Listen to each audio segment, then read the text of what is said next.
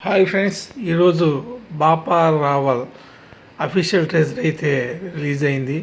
ఇందులో గోపీచంద్ ఒక వారియర్ లాగా, అంటే పురాణ కాలపు వారియర్ అనే చూపిస్తున్నారు. అంటే మనకి క్లారిటీగా చెప్పాలంటే పాతకాలం పూర్వం 2000 BC యొక్క స్టోరీని తీసుకొచ్చి దీన్ని చిత్రీకరించడం జరిగింది.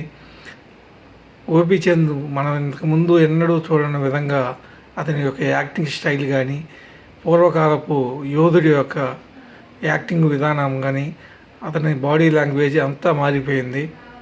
ఇతను గోపీచందా లేదా ఇంక వేరే ఫారిన్ హాలీవుడ్ ఆర్టిస్టా అన్న లెక్కలో యాక్టింగ్ అయితే చేయడం జరిగింది. మరి సినిమా ఏ రేంజ్లో ఉండిద్ది అనేది మనం వేచి చూడాల్సిందే.